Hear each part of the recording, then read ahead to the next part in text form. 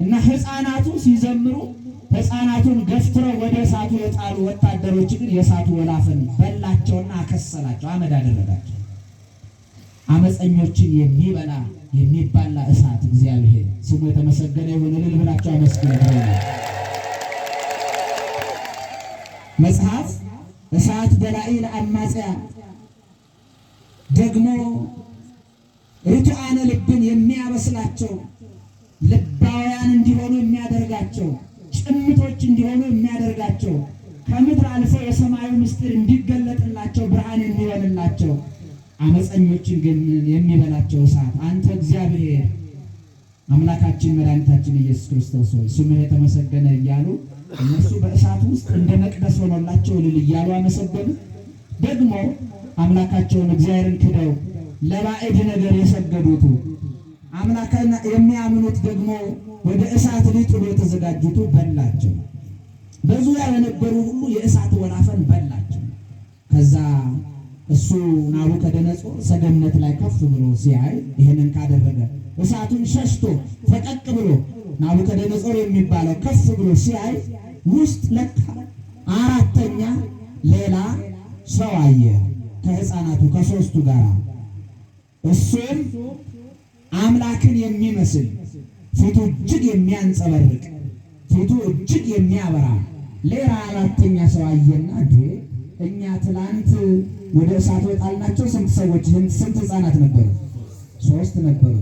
ደግሞ አዳራቸውን በእሳት ውስጥ ሲዘምሩ እሳቱ ሳይበላቸው ወታደሮቹ ነደው አልቀው ሳይበላቸው ከሦስቱ ደግሞ 4 ሌላ አራተኛ ሰው ተጨምሮ 4 ሆነው ያለው ምንድናቸው እነዚህ አለ። ምን ይመስላችኋል? አራተኛ ማን ይመስላችኋል? ገብርኤል ነው። ወደ ልብላቸው አመስግኑ።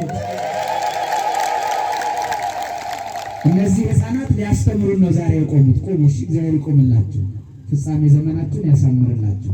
በጌታ ዘመንም አንድ ሕፃን አነሳና እጁን ጭኖ አስተምሮበታል። ለቁም ነገር ያውቃችሁ እና 4 ሆነው ያለው አለ። ማነው? እንደውም አራተኛው አምላክን ይመስላል። ማንን ይመስላል? አምላክን ይመስላል። ፊቱ እጅግ ያስፈራል። ይሄ ነገርማ ይሄ ድንቅማ ወርጄ ማየት አለብኝ አለና ከሰገነቱ ሄዶ ሲያይ አንድ ልብሳቸው እንኳን ትንሽ ነገር እራሪ አልነካው፣ ምሳል ትንሽ አመድ እንኳን አልነካው። አያችሁ ደግሞ አንደኛው ይልቅ የሚታደግ የሚጠራ ውበት አለው፣ ክብር ጸጋ አለው፣ የተለየ መንፈሳዊ ኃይል የተሰጠው ነው። እና እነዚህማ ያመኑትን እኔ ለምን አላምነው? ከዚህ እሳት የሚያድን ከነደደ ነገር የሚያወጣ ከነሱ አምላክ ሌላ ማንን ላመልክ ነው?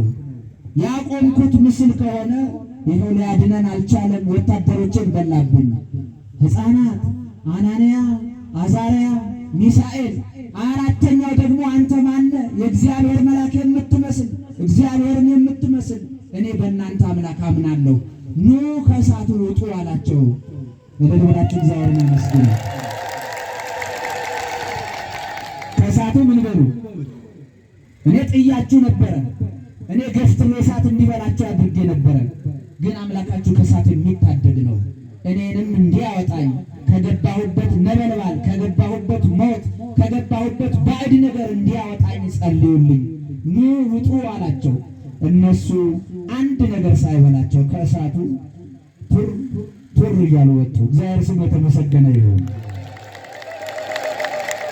የሚገርም ነው። ከዛ በኋላ ምን አላቸው?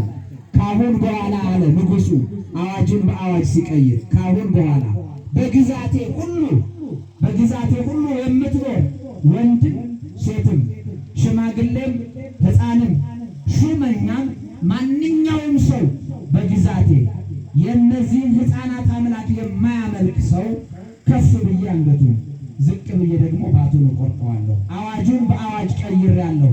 እኔ የነ አናንያ የነ አዛርያ የነ ሚሳኤልን አምላክ አመልካለሁ። ንጉሴ፣ መድኃኒቴ፣ መሪዬ፣ ጌታዬ እሱ እግዚአብሔር ነው ብሎ አመነ። ልብላችሁ አመስግኑ። ዛሬ ለዚህ ነው የታላቁን መልአክ በዓል የምናከብረው። ለዚህ ምክንያት የሆነው ከእግዚአብሔር ተልኮ ሲበር የመጣው ታላቁ መልአክ ነው። አራተኛ ሆኖ በእሳት መካከል የተገኘው እሳታዊው መልአክ በሉ እግዚአብሔር ከእሳት ይጠብቃችሁ፣ ዘመናችሁን ይባርክላችሁ። ቁጭ በሉ ልጆች፣ ጥሩ አስተማሪዎች ናቸው። ሰንበት ተማሪዎች በመሆናችሁ ነው አስተማሪ የሆናችሁ። እና ታላቁ መልአክ ገብርኤል እየበረረ መጥቶ ነው ይነድ የነበረውን እሳት በመቋሚያው ውሃ ያደረገው። መንቀልቀሉ እያለ ግን ጠባዩ ተቀየረ። እሳትን ማን ይጨብጣል? ማን ነው እሳትን ይጨብጣል? እሳትን ይጨብጣል ማንም። ሕፃናትም ገብተው ዘመሩበት። ይገርማል። ከእግዚአብሔር ጋር ስንሆን እሳት ጠባዩ ይቀየራል፣ ውሃ ጠባዩ ይቀየራል። ይወስደን የነበረ ይጎርፍ የነበረ ጎርፍ ይቆማል። ይነድ ይንቀለቀል የነበረ እሳት ብንነካው አያቃጥለንም። የተወደዳችሁ እግዚአብሔር ቤተሰቦች ዛሬ ታላቁ መልአክ ቅዱስ ገብርኤል ይሄንን ታምር ሰርቶ በእግዚአብሔር የታመኑትን ተልኮ መጥቶ ያዳነበትን በዓል ነው የምናከብርለት። ስሙ የተመሰገነ ይሁን። እልል ብላችሁ አክብሩ።